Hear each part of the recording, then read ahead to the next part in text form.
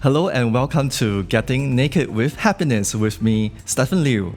In each episode, my guests will strip away intimate layers of their life story to share with you their search for happiness. By revealing their personal journey, it's our hope that you too will find the confidence to build your own toolkit of happiness, well-being, and resilience. Kidnapped at the age of 25 in her own country in Latin America, and seemingly abandoned by her own family at a time when she absolutely needed them the most. We don't have money to pay for you.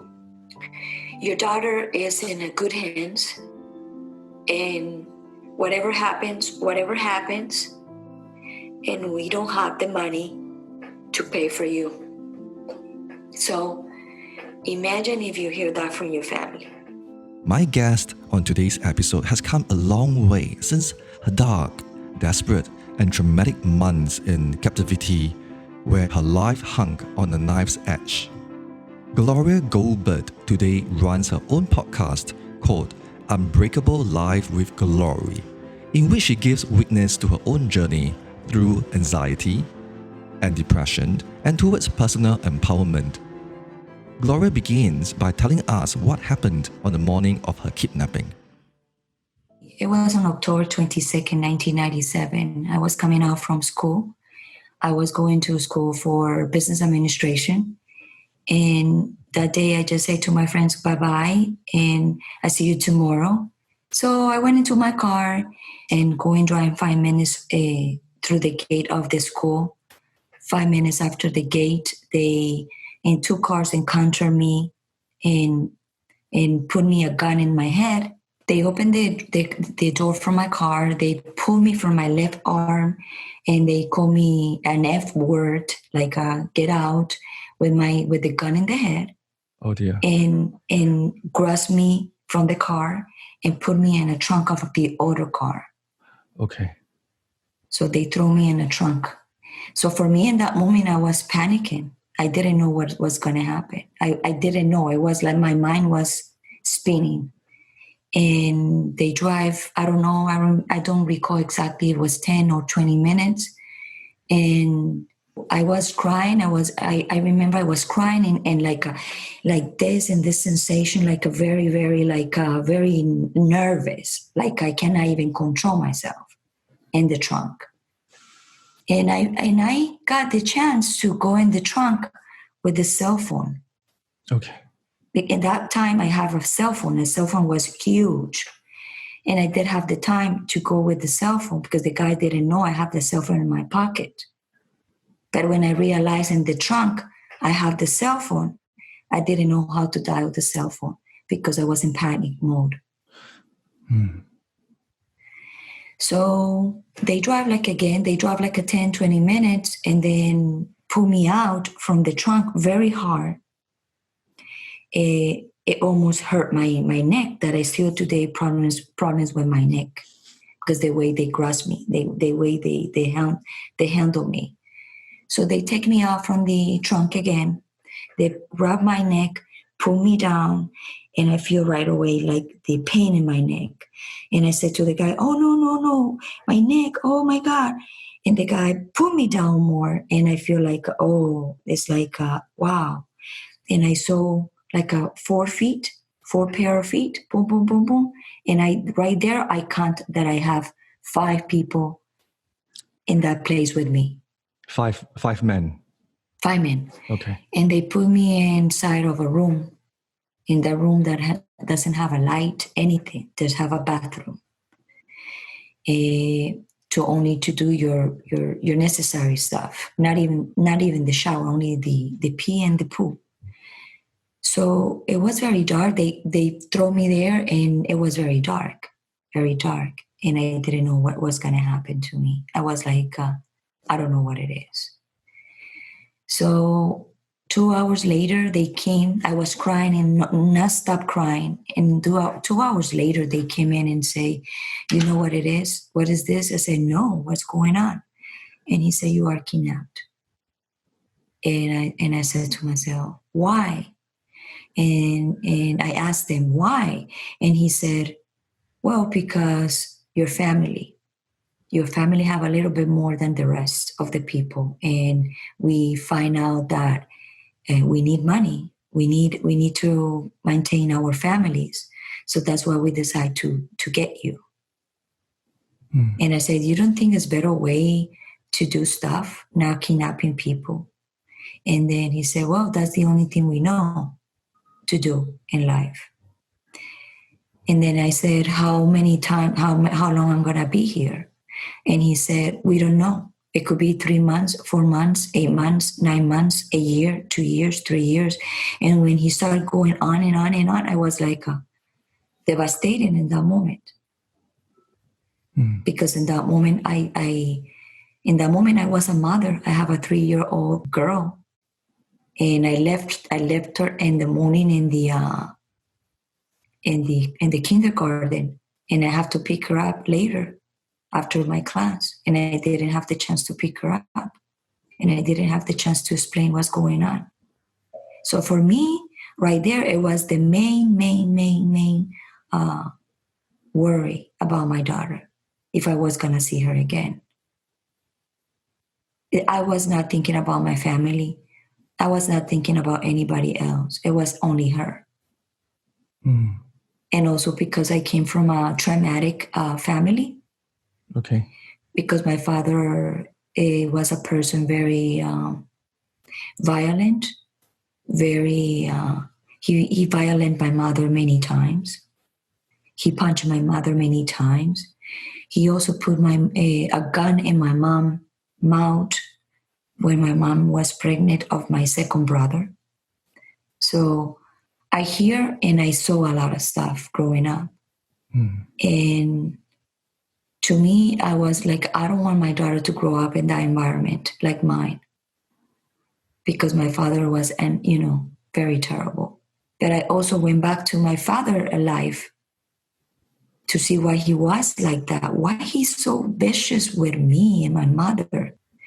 And it's because his mother was very cruel with him too. So he hated women from the beginning because of his mother. So he married my mom, and he became a monster with my mom. And when he found out that I born, he said, oh, a woman? Like nothing. And so I was afraid for my daughter. When I was kidnapped, that was the only motivation keep me up in all that 90 months. 90 days, I'm sorry. So you've been kidnapped for 3 months, let's say? Yes. I didn't know in the beginning how long I was going to be, because this event was going gradually. So you don't know. It's not like you start a program and you know in 90 days you're going to finish, or in 5 months you're going to finish. You go in something like that you don't know when it's going to be your last day. So it's all the time your mode is on fire, and always it's unknown what is going to be next, when it's going to be tomorrow, if it's going to be a tomorrow, if I'm going to, it's always, every time they open the door to bring me food or to talk to me, my heart was always pounding. Like, I don't know what they're going to do to me, because they don't tell you anything. They isolate me for, many days. It was many days just by myself. And you say that the place that you were in was dark and there wasn't a toilet? It was dark. It was only a toilet for me to do pee and poo. Okay. There was not a shower. There was not a mirror. And I also went for 11 days with no toilet paper. And I requested many times. And I got mad because I got my period. And I feel like very humiliated right there. Like, how come I don't even have a freaking toilet paper, at least to clean myself?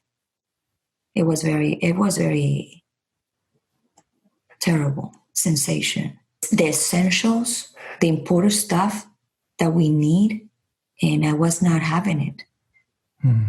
I was smelling my own odors. I was like, I feel like worse like an animal, because an animal know what to do. Animal poo and pee, they don't care, but we care about that kind of stuff. And for me, it was like I was worse than an animal, like smelling myself, looking for that shower every 2-3 days, always looking for those showers. It was the minimum stuff became more meaningful stuff for me. And you say that they kidnapped you because they were targeting you based on your family, right? Yes. It was not politics, not religions. It was nothing like that. It was just because money. And it was terrible. And I have like many events in there, and you get like the Stockholm syndrome. Yeah, the Stockholm syndrome. Right. It didn't happen to me, but I think they happens to me in some way. But that happens to them, of two of them. Can you share with us a bit more about how the Stockholm syndrome happened for you or to the two other kidnappers? Okay, the kidnap syndrome started for me maybe towards the end of the kidnapped, not from the beginning. In the beginning, I was hating them so much because why they had me there. But going to the middle, I was grateful with them because they was not hurting me physical. They hurt me mentally all the time, but physical, they never hurt me. And I was grateful for them to feed me, to give me water, and to not hurt me physical. For me, was those three things that I was grateful for that with them. And after a period of time being there, I feel like, thank you for my breakfast. Thank you for my lunch. It was like this gratitude towards them.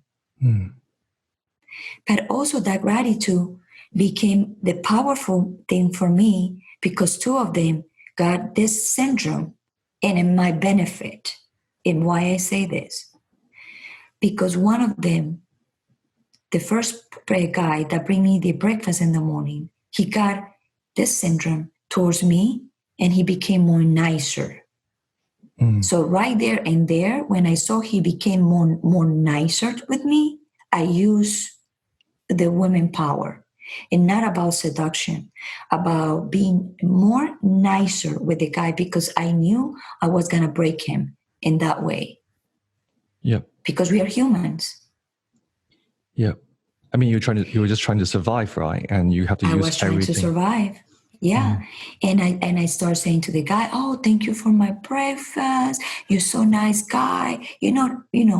Trying to say positive things to this guy. And this guy started saying to me, oh, whatever you need, you let me know. If you want more coffee, I bring you more coffee. If you want more breakfast, I bring you more breakfast. And when you're kidnapped, you don't have the luxury to choose what you want to have for breakfast. Yeah. I was lucky, intelligent enough to read this guy that I knew he was going through something that at that time I didn't know what it was. But I knew that his way to treat me changed for a different aura, different energy. And the energy he had is because first, he was a male. Second, he was kidnapped with me at the same time because when they kidnap you, they always keep 3 guys with you in the house, but those 3 guys don't go out. Those 3 guys stay with you the whole 3 months or the 4, the 5, or the 7 months, and they don't go out. They just taking care of you. Yeah. It's like a job. And when they go in that, they know they can go for 3 months and they don't go out and they don't care because that's their job. But the guy, because it was a male, he need the human thing. And I think he started being this is too much because when I found out that he was 16 years old, that teach 16 me years old. He was 16 years old. Whoa. So he was a kid doing this job. So he didn't have the power of mind to know what he was doing or to control where he was going. I was 25 years old, a little bit more mature than him. I already have a daughter, already married. I already went through a lot of hardships in my life, being with a violent father. So I do know how to survive. I do know how to encounter problems, but I didn't know at that time I have all that acknowledgement. And I use it with my survival mode. Yep. Trying to put this guy in my side, knowing that he was in the other side. And you said that about the Stockholm Syndrome. For those who are listening, the Stockholm Syndrome means that you, after being kidnapped for a certain period of time, the kidnappers and the kidnappee, or I don't know what's the right word for that, they develop a relationship with each other. And the victim of kidnap will even start to justify and speak up for the kidnappers in terms of true care and concern. Just coming back to this, Gloria, you said that the Stockholm Syndrome impacted you and the two of the kidnappers. Yes. And you said that it impacted you at the later stages. So was there anything that happened at the end of the 3 months that was related to this syndrome? Yeah. Let me go back to the first guy. When I can say the word use, like when I use this guy, when I know the guy, when I know his energy, what he's going through, when he took out his mask for me to see his face, because I didn't see his faces for 3 months. They was covered, and the only thing I see was the eyes. So I have to learn what the eyes can tell you, and what your body can tell you, what the voice can tell you. So all my senses amplify because I didn't have the whole picture. I have to work with whatever I see, I can see, and I can smell. So my 5 senses was like in survival mode. It was, getting all this stuff. So this guy took his mask telling me that he loved me. And the way for him to show me that he was in love with me, it was taking out the mask and be naked. Like, okay, here's my face. And when he did that, I said, no. I don't want to see you. I was like afraid to see his face. I don't know why. I was afraid. I had like almost a month and a half. I don't see his face. So for me, it was like very, very nervous. So, and I said to myself, you know what? I don't care. I'm going to see the face of this guy and see how he looks. And I turned around and I said to the guy, are you sure? I'm never going to forget about you. And then he said, I don't care. So the guy took the mask. He said, I don't care. When I saw his face, it was 16 years old. And I said, what are you doing here? Why are you doing this? You should be in school doing something for life, not doing this to people. What the heck? Just like that. And the guy said, no, I know. But my family, I need money, blah, blah, blah, blah, blah, blah. I said, but that's not excuses. And he left 3 days. I think about that guy for 3 days and say, I think this is something that I need to talk up. I need to speak up because I don't know if this guy is playing with me to make me to kill or something. It was something for 3 days that I said, no, I have to speak up. I have to speak up of this situation with somebody. Because the guy can say, oh, she removed my mask and I can be killed for that. Because what he did, he's supposed not to be doing because he jeopardized the organization just showing his face. I was going to say myself, because when you are in a moment like that, the other person is more an advantage than me. Why? Because they're going to believe him. They're not going to believe me. Right? And if he gets in trouble and they know they're going to kill him, he's going to say, no, she removed the mask for me. And I recognize who was the leader or who was the captain of the organization. Okay.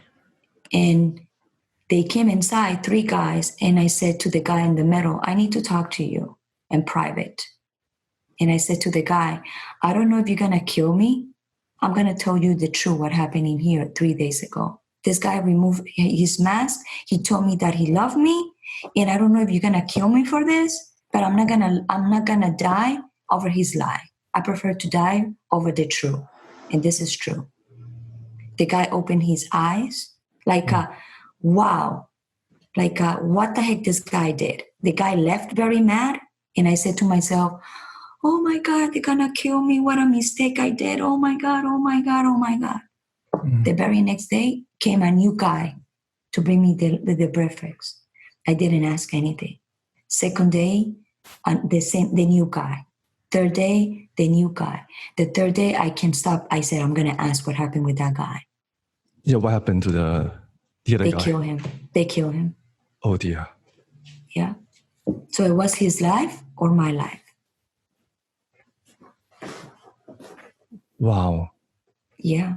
It was like, for me, that teach me, and I still practice that the truth always is more than the lies. Always the truth is going to shine through. And in that moment, it was risk for me, but I believe in the truth and the power of the truth, and to tell the guys, hey, this guy did this, not me. If your things are gonna go wrong, and it's not because of me, it's because of you guys. You understand what I'm saying? Yeah. Was that your strongest memory in the 3 months of the captivity? No. The strongest ones was on December 18, 1997 at 11:30 a.m. And you know why I know the time? Because I asked for the time that day, because they don't give you time. They don't give me a TV. They don't give me a magazine. They don't give me anything for me to track time or to track moment. So the guy told me one day, I said, in December 18, we're going to have a communication with your family by radio, because they want to know if you are alive. Okay. I was already month and a half in the kidnap. I didn't know nothing about my family at that point. I thought my family didn't care about me. And I said, really? Oh my God, I'm so happy that I'm going to have the opportunity to at least to hear my family, to see what they are saying. So they came in, they put the conversation, they hooked the radio with my family. And the first thing I said, hello, hello. And my father say, hi, how are you? I said, hi, Dad, how are you? And I start crying, please, Dad, please help me. I'm here, I'm desperate. This is too bad for me. I want to go home. I want to see my daughter. This is terrible. This is terrible, please. And then my father say this, that for me is one of the strongest things in my life, like heart. My father say to me, you know, we don't have money to pay for you. Your daughter is in a good hands, and whatever happens, and we don't have the money to pay for you. So imagine if you hear that from your family. The first communication of survival mode. You are in the other side. You don't know what's going on in the other side. So for me, it was like, wow, this is the end of me. And then he said, hold on, your mom wants to say goodbye. And my mom came into the conversation in the radio, and she said the same exact things about what my father said. I love you, I miss you. Your daughter's in a good hand, and we're trying to do our best. But I hear my mom was breaking out with her voice, crying. My father, I didn't hear like that way. So the kidnapper looked at me like this, like, what? What we just hear? Because you probably think that you will hear these words about your family. Oh yeah, we are working on it. We are looking all the avenues to find the money to bring you to home. We miss you. We love you. Yes, we are doing all we can to bring you back. And I didn't have that. Yeah. And for me, it was like I was killed alive in that moment. I was killed alive. I was like I'm dead. Like I said to myself that day, I'm dead. Just to hear that. And the kidnapper saw me like crying so much. And I said, please, please, please, don't kill me. Don't kill me for this. I told you guys from the beginning that my family don't care about me, especially my father. And the only thing I want to go back is for my daughter. So please don't kill me.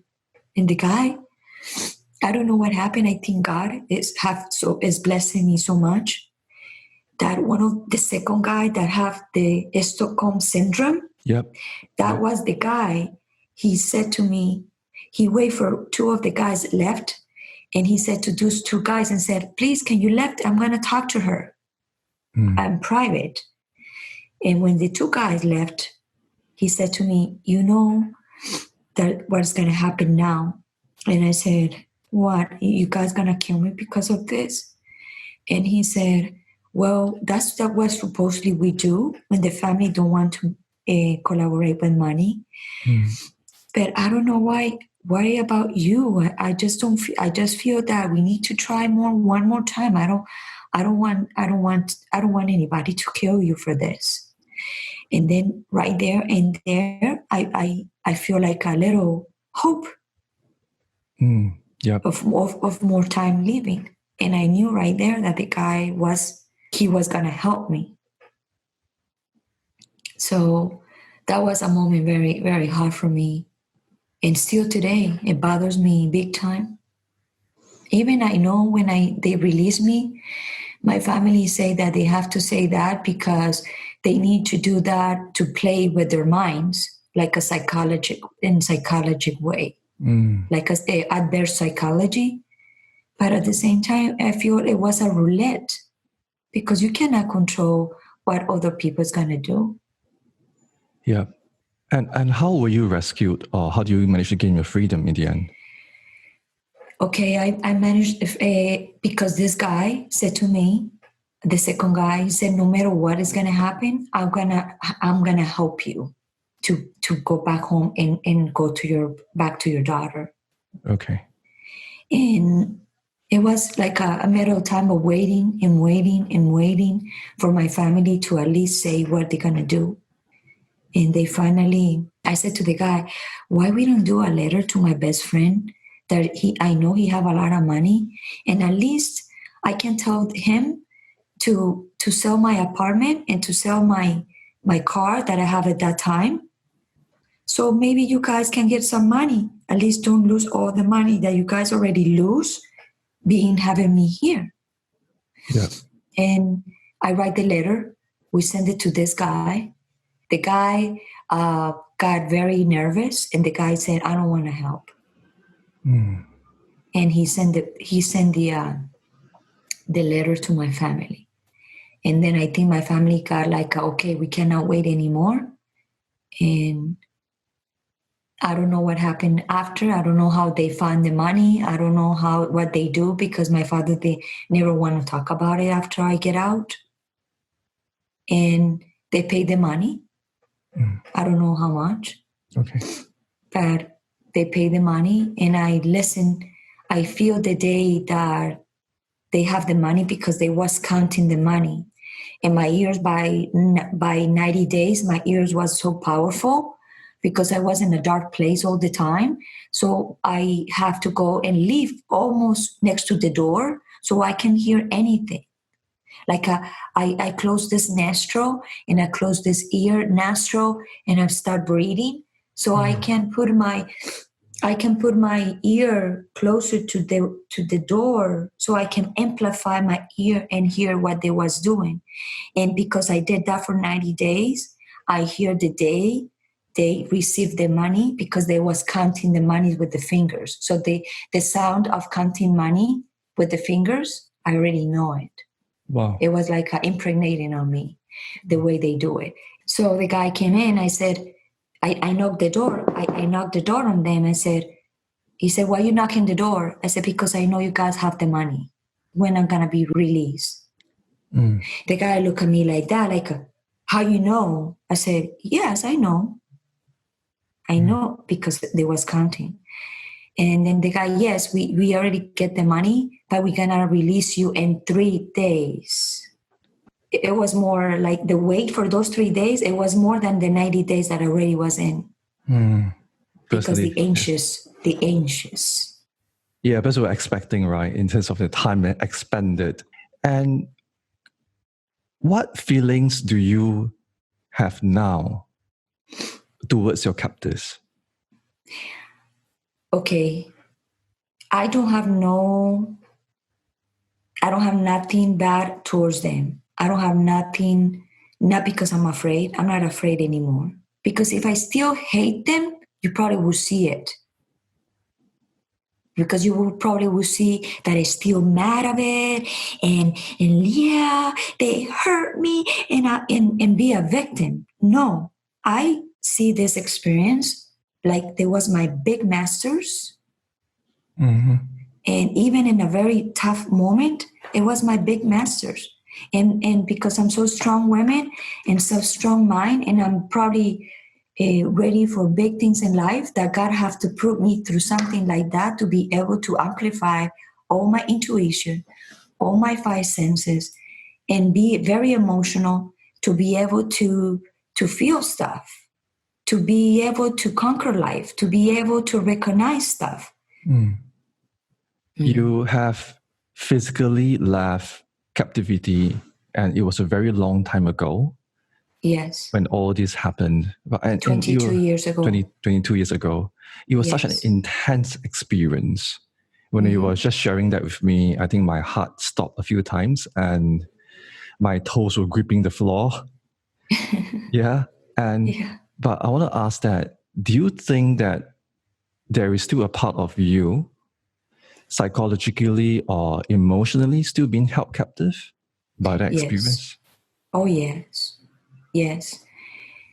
Like, I'm afraid, like, to go places alone. Now I'm trying to go alone to many places to move from that fear. Because if you don't encounter your fears, you're never going to move on. Yeah. I have trust issues. Not because I don't trust you in the moment, in the beginning, no.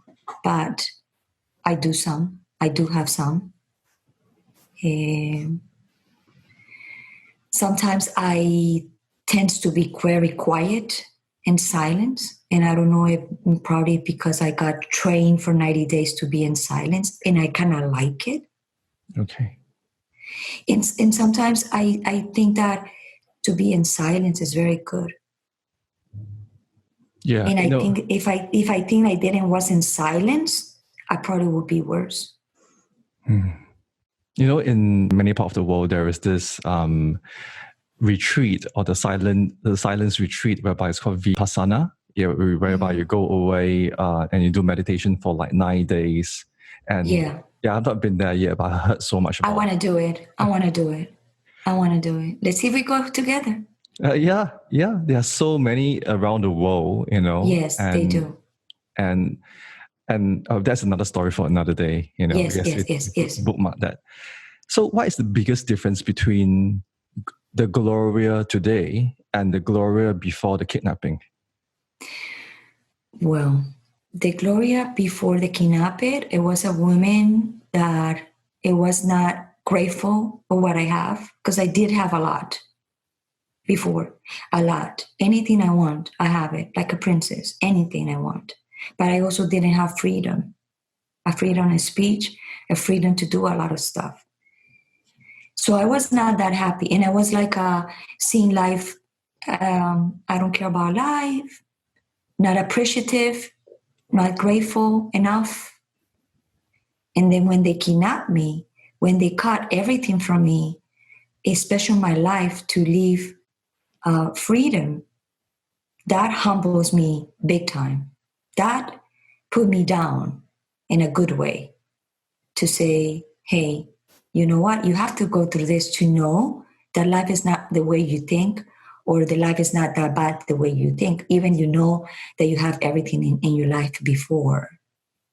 And I blessed that experience, because I became more powerful in my mind, because I turn around my head and I turn around my life and go back to 22 years ago.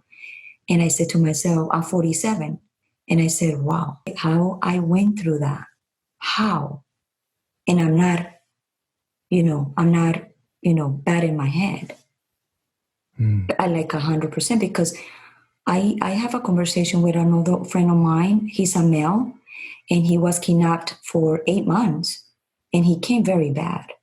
Whoa. And he was under the ground. They put him under the ground and they feed him under the ground. And he also came hating those guys. I'm gonna kill all of them. I'm gonna find them, blah, blah. And I came in the opposite way. I came like, no, I'm here. I'm alive. I'm here with my daughter again. I don't want to talk about this. If you guys didn't capture these guys, I don't need to talk about it. So that was my reaction towards my kidnap when they released me. I don't want to talk about it because I don't want no more problems. I don't want no more problems for me. Yeah. How did your life unfold after you were being freed? Well, I was freed and I cannot move to the U.S. right away because they interrogate me like up and down all the time to investigate who did this, because still today we don't know who did this. And then I went to therapy for very few because I choose to go to therapy not because my family told me you have to go to therapy. I have to do all on my own. So I have to say this because there was another thing that it was very hard for me, that the day they released me, my father said to me the same day, when I come back from kidnap, people think that you come in from a kidnap like a distress, your face is distress, your body is in distress, or everything is in distress. But my kidnap, the way they cut me, I was not coming in distress. Mentally, yes, but not physical. I gained weight and I put my mind being kidnapped. I put my mind like, no, I need to exercise my mind and I need to be able to be fine because I'm going to get out of this event alive.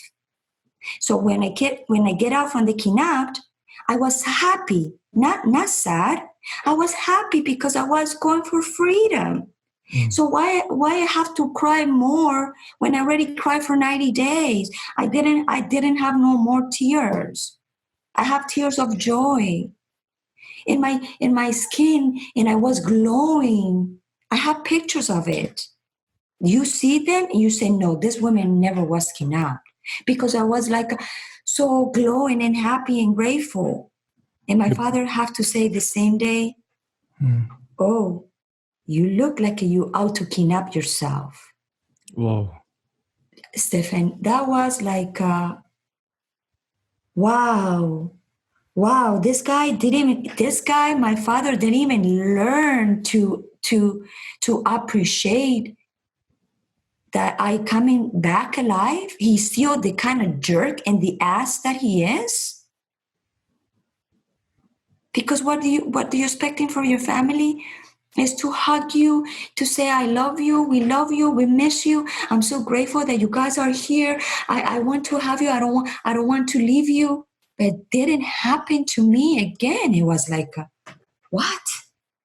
That for me is very painful. Very painful. Because you're always expecting from the people that love you, you're expecting all the time the highlights of your life. And I didn't have that. And going back, what you're saying is, I came back here. I came to this country after 1 year after that happens to me. And I resigned to everything that I had. I came here with $500, but it was the happy moment of my life that I didn't have anything, but I did have freedom. Before, I have like a 200 pair of clothing. And when I came here to this country, I have 6 pair of clothing and 2 pair of shoes. And I was the happiest women on earth, because I have my freedom to speak, my freedom to work, my freedom to follow everything that for me right there, it was no limits of life. It was no limits anymore for me to conquer this world. And that was my motivation. And that's why I keep humble and still that today I'm a very successful woman, that I have my own company and stuff. But I still have my head and my shoulders attached, and still humble, and still recognizing that the material stuff is not the most important thing. It's just to be alive and freedom, and be able to speak and be able to follow your dreams. That's was my mission, and that was right now in the mission of talking about depression and anxiety and depression of trauma, because I know how it feels. It feels terrible. I recognize and sympathize, and also understand when people go through this. You describe this. You describe that you are suffering from depression, anxiety in present tense, right? Yeah. That most people are only comfortable when they talk about their depression or anxiety after they have recovered from it. So what made you want to be naked with your mental health situation and share it to the world? Is the depression and anxiety linked to your kidnapping also? Yeah, my depression and anxiety comes back before the kidnapped. I start feeling depression and anxiety probably when I was 6 years old, because of the violence of my father did to us. My father almost tried to kill me when I was 18. And when I was 18 and a half, I was getting married to my boyfriend in that time, because that was my only avenue for me to get out of that situation. It was a wrong decision, probably. Not the right decision, not the smart decision. But at that moment, I was very young, and I thought that was the right decision. And I married at a very young age because of that. And I'm going to tell you something very, very, that you surprise you. The day I got married the first time, that you go to have your honeymoon, right? Yeah. That you think you're going to have a honeymoon and you're going to have your relation that night, beautiful, special. I went to sleep, super tired. And I wake up like at 3 a.m. that night, like this. Oh my God, my father's going to kill me. Oh, my father's going to kill me. And my husband, my new husband, the first day, he said to me, "Don't worry, Gloria, don't worry. Calm down. You are with me.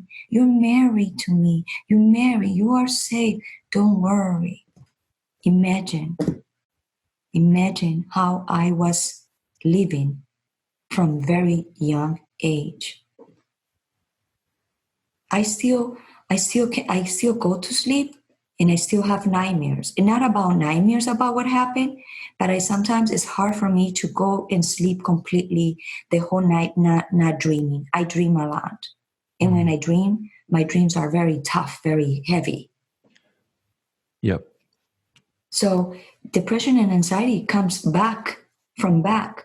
It's because I'm very powerful. Women means powerful in my mind, that I kick it back, and I have episodes, yes. And I'm going to have episodes in my life, yes.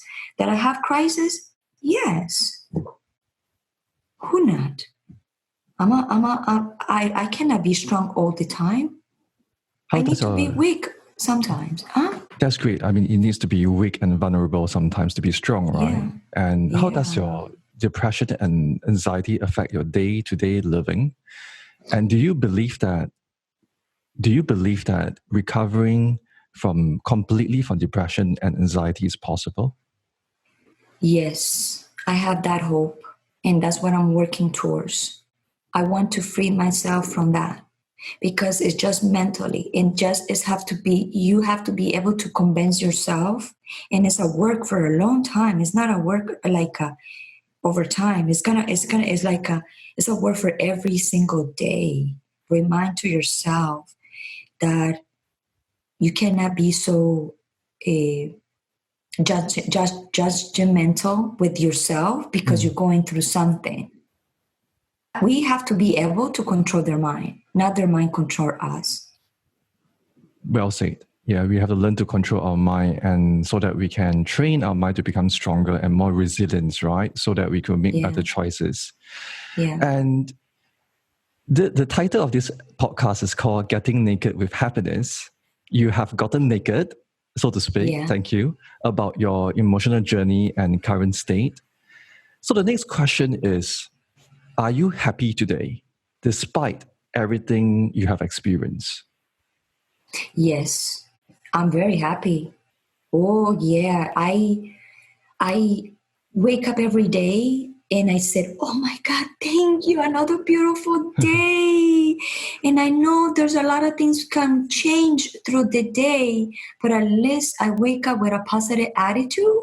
And I know what the problem is going to come into, I will be more prepared and ready to approach that in a different way if I start waking up in my life and bitching about it. If I start waking up my life every day bitching about it, it's got my day is going to be a bitch all day long. Yeah, starting with the right attitude from the very first thing. The right attitude. You cannot control what's going to happen in 2 hours, but you can be positive and ready for whatever circumstances life is gonna throw you. Because life throw you stuff that you said, oh my God, what is this? You don't believe that, but you have to go through. So what helps you to cope? What are some of the coping skills that you have learned? Okay, for me, when I wake up in the morning, I stay like 15 minutes after I wake up in the bed. I stretch up my body. I don't use my phone until 1 hour later. Okay. I stretch my body and I count my blessings. I start counting my blessings. And I also don't ask for anything. I never ask for anything. I don't ask for my dreams because I know my dreams are already made. So it's about time to wait, patient, but you do your work because it will come eventually. But not asking for anything. I just say, thank you for this life. Thank you for my daughter. Thank you for my house. Thank you for my dog. Thank you for my car. Thank you for my life. Thank you for my friends. Thanking everything. Gratitude. Even my attitude. Then the meditation, making sure that I'm in the present, that, I look my body, if it's functioning the right way. If I have a pain in some places on in my body, I will say, you're going to be okay. This is just temporary. What's going on with you? Tell me what it is. Pressure, be gentle with your body. And I do my bed, take a shower. And while I'm doing that, I like to listen to music and in my social media. Hello, good morning to everybody. Embracing. I like to embrace. And then I start doing my normal routine, my errands. I like to fast. I don't like to eat right away in the morning. I like to wait 4 hours. Okay. And start with a hot tea of turmeric. That does help with the inflammation in your body. So, I do yoga. I do yoga. I do yoga. Okay.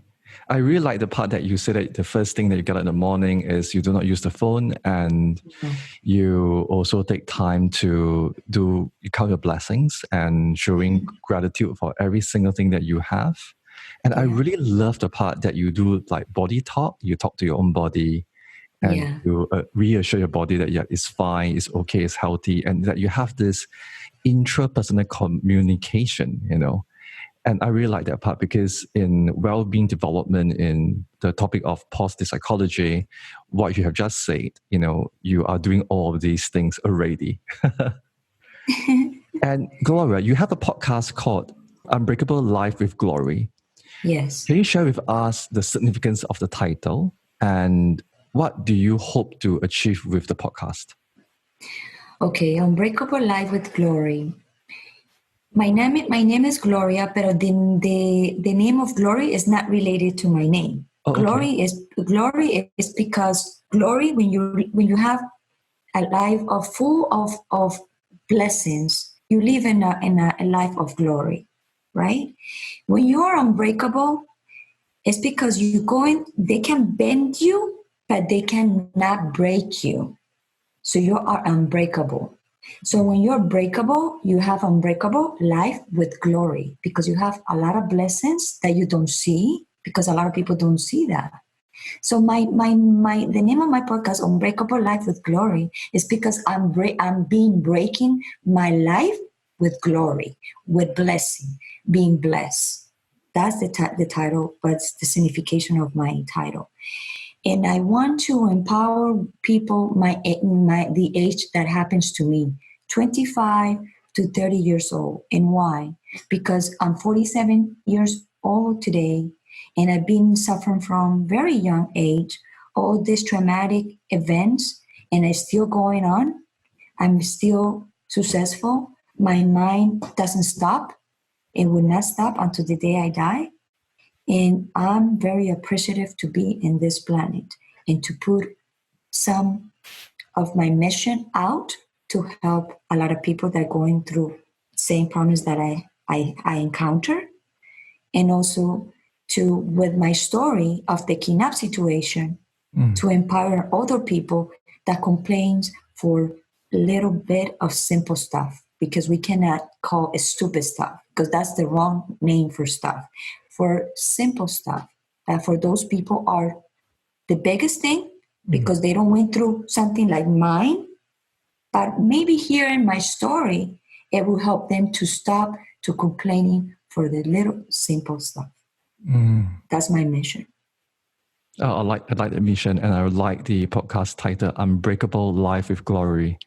It's well said. And people have not experienced being physically kidnapped, but there are many people they may be held captive emotionally and psychologically because some of their painful experiences they had in their past. What lessons have you learned from your experience that you think might be useful or meaningful for those who cannot seem to escape from a painful emotional experience? Wow, that's a very good question because it takes a lot of work. It takes a lot of power of yourself, and be gentle and say, I forgive you. I understand you. You went through this hardship. Life continues. Life is it could be short, it could be long, but life is in general is too short to be just swimming in the dirt. And use whatever you're going through. Listen, reconnect with yourself, and get a pause and breathe. And say, okay, I'm going through this. What is the mission? What is the message? And always in something negative, there's always a message. And that right there and there is the mission for your life. Because everybody goes through different stuff because everybody have different missions. Not your mission, my mission are not the same because you go to different experience. For you to learn to teach that mission, I learned this hard one to teach this mission to the people who are going through a hardship. So I would say, start connecting with yourself. Don't even go and look for, I'm going to meditate, I'm going to do exercise. No, start with you. That's for free. You don't need to pay anything for anybody to start for free with yourself. Register yourself for free. 90 days of reconstruction, 90 days of writing down who I am, my thoughts, and what I want in life, and what is hurting me. And if you write down for 30 days what is hurting you, by the end of the 30 days, you will find out what exactly is the cure or resolving that problem, and then you can move on. But if you don't do that, you will never find anything because you are swimming in the unknown that, okay, what's happening? You need to write down stuff. To write down a 30 days plan, right, is very important. Yes, even of what you eat, because some of the stuff that we eat, it also change our moods. And why I say that? Because I suffer from fibromyalgia, I have IBS, And those two diseases are coming from related for mental health, because it's connected with your nervous system. And nervous system is connected with your head. Yeah. So when you have crisis, you have flare-ups in your body, you don't know. So you need to also write down what you're eating. Important. To know yourself is you need to smell, when you go to the bathroom, you need to smell your poo, how your poo is coming. Because it's also, it can tell you, your poo can tell you your moods, and people are disconnected and everywhere.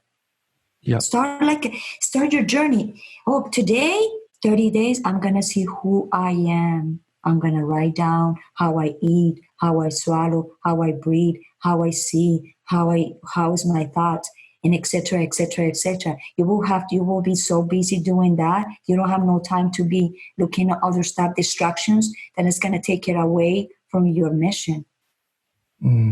For those who are listening, Gloria mentioned about fibromyalgia. It's a syndrome that affects the muscles and the soft tissue, right? That it brings pain, fatigue, and sleep problems, and they can feel very achy, tender points. Yes. And for IBS, it also stands for irritable bowel syndrome. Irritable bowel syndrome means that you go to the toilet very frequent. You have the runs, and it's a trigger caused by anxiety or stress, and also, of course, food intake. And so this is also part of psychosomatic issues. How the way we think and how the way we feel actually impacts our psychological health and our physical health. So that's very important advice that you have just dispensed there, Gloria. I like it. Yeah. Yeah. And I have I write down everything what I eat, and I discover every time what bothers me. Every person have different systems of eating and stuff, that if they start from there, I think we will solve a lot of problems in the mind.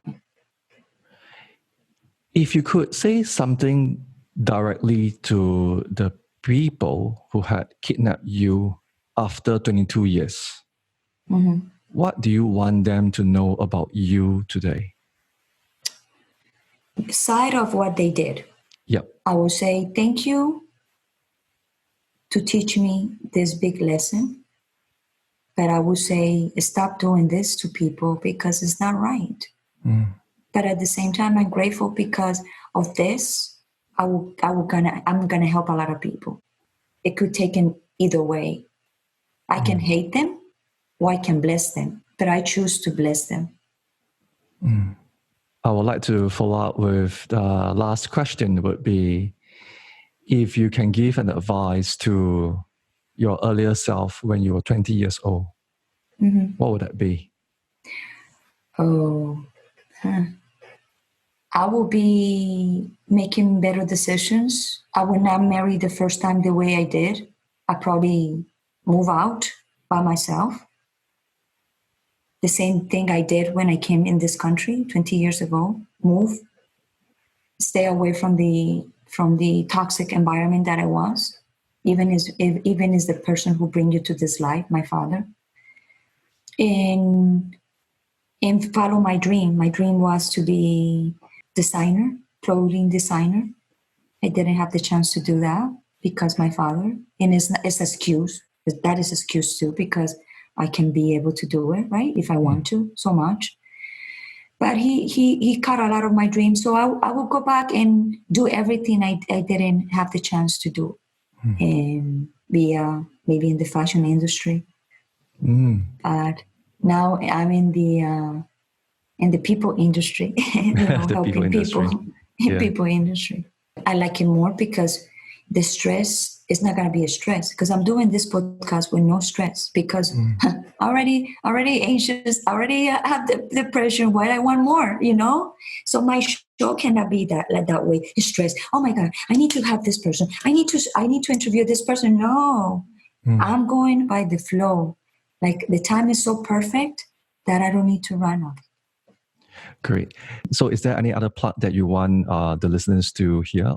Is there anything you would like to share?